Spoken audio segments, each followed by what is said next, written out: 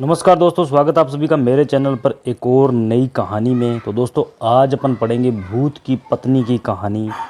तो दोस्तों दो आत्माओं का मिलन प्रेम कहलाता है और जब इस प्रेम को सामाजिक मान्यता के द्वारा स्वीकार किया जाता है तो वह शादी बन जाती है। शादी यानी विवाह। यह एक अटूट रिश्ता है, जीते जी लोग इसे निभाते हैं, लेकिन कुछ ऐसे भी जोड़े हैं जो मरने के बाद भी अपने जीवन साथी का साथ नहीं छोड़ते। और ऐसी ही घटना से प्रेरित होकर एक हॉरर कहानी भूत की पत्नी की कहानी आपके लिए प्रस्तुत करता हूं। मुझे आशा है कि यह कहानी आपको ज़रूर पसंद आएगी।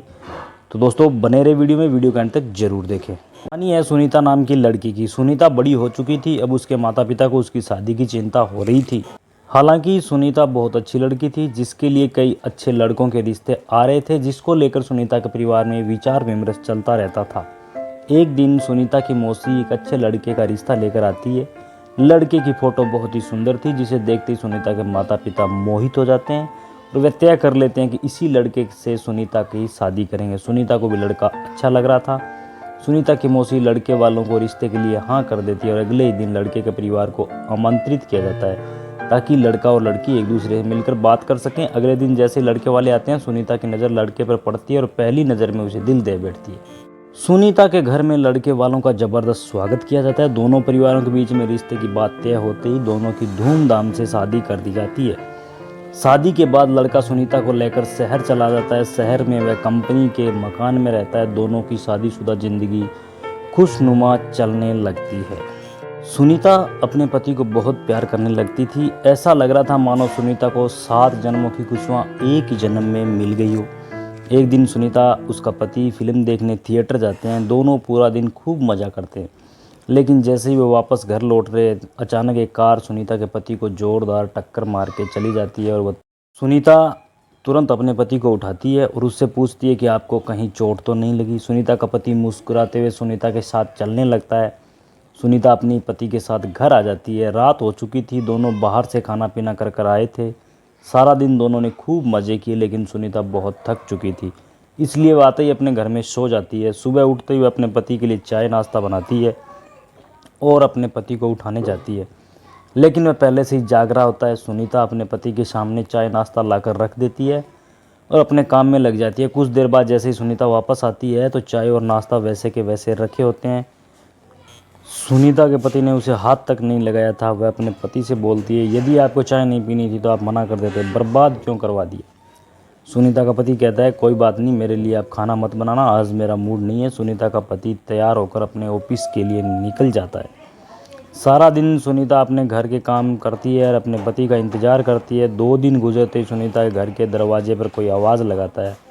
सुनीता जैसे ही दरवाज़ा खोलती है, सामने उसी की कंपनी का चौकीदार खड़ा होता है जिसमें सुनीता का पति काम करता था।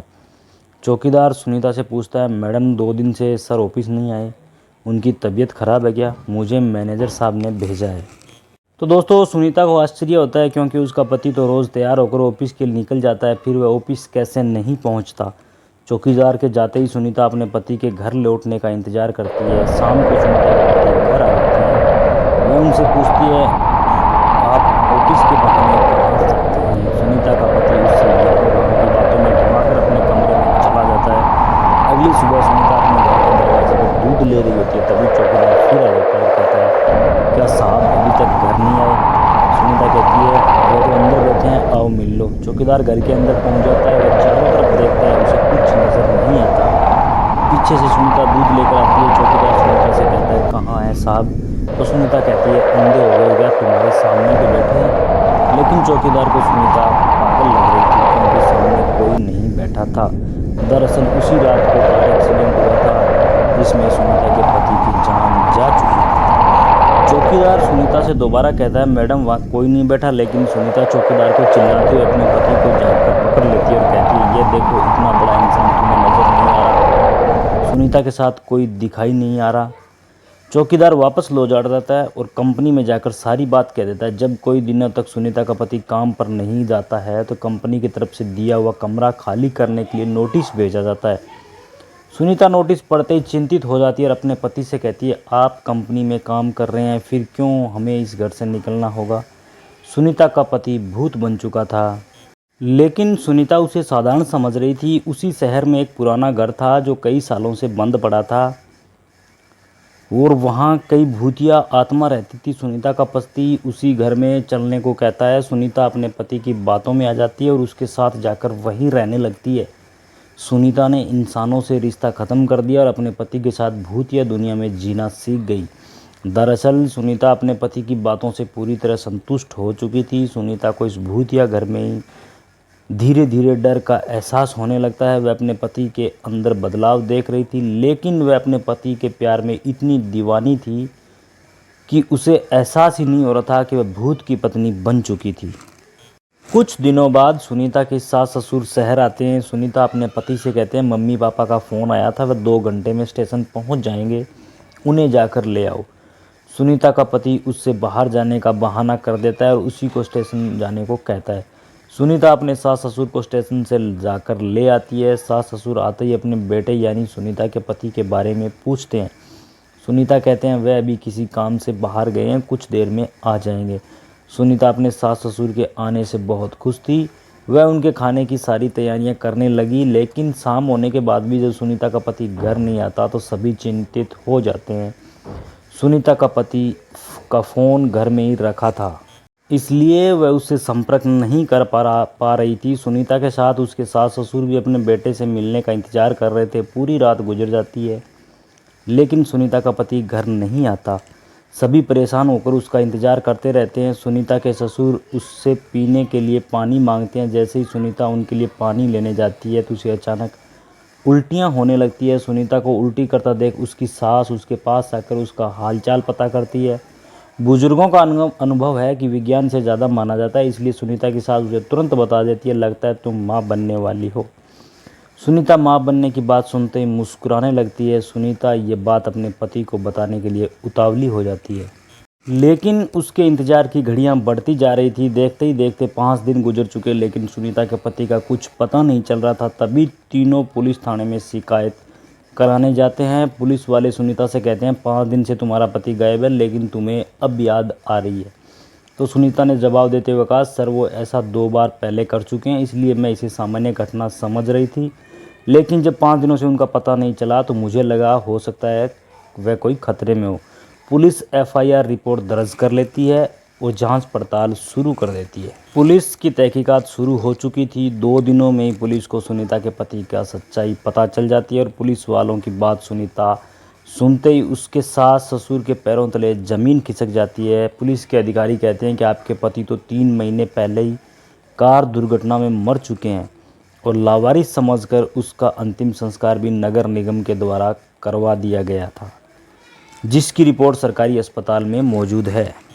फिर आप कैसे कह रही है कि वह 5 दिन से लापता है? लेकिन सुनीता यह बात मानने को तैयार नहीं थी, क्योंकि वह अपने पति के साथ 3 महीनों से दाम्पत्य जीवन गुजार रही थी और उसी के चलते वह गर्भवती भी हो चुकी थी। सुनीता पुलिस के अपने बच्चों का जिक्र करती है। जैसे ही पुलिस को यह बात पता चलती है तो मरे हुए इंसान का बच्चा सुनीता के गर्भ में है, तो वह सुनीता से कहते हैं आप बच्चे का चेकअप करवा दीजिए, उसके डीएनए रिकॉर्ड से हमें पता चल जाएगा यह बच्चा आपके पति का है और उसके मरने के बाद आपके गर्भ में आया है, तभी आपकी बात पर सभी को भरोसा होगा। पुलिस वालों को सुनीता के चरित्र पर शक था, इसलिए वह इस प्रशिक्षण की मांग कर रहे थे। सुनीता को सरकारी अस्पताल लाया जाता है, वहाँ बच्चे का प्रशिक्षण किया जाता है। जैसे ही डॉक्टर के पास बच्चे की रिपोर्ट आती है तो उनके पसीने छूट जाते हैं, क्योंकि बच्चा साधारण नहीं था। वह 2 महीने का था, लेकिन उसका विकास 8 महीने के बच्चे के बराबर हो चुका था। अगले ही महीने वह जन्म लेने वाला था। डॉक्टरों के लिए अपने आप ये ऐतिहासिक बात थी। 4 महीने में कैसे कोई बच्चा जन्म ले सकता है?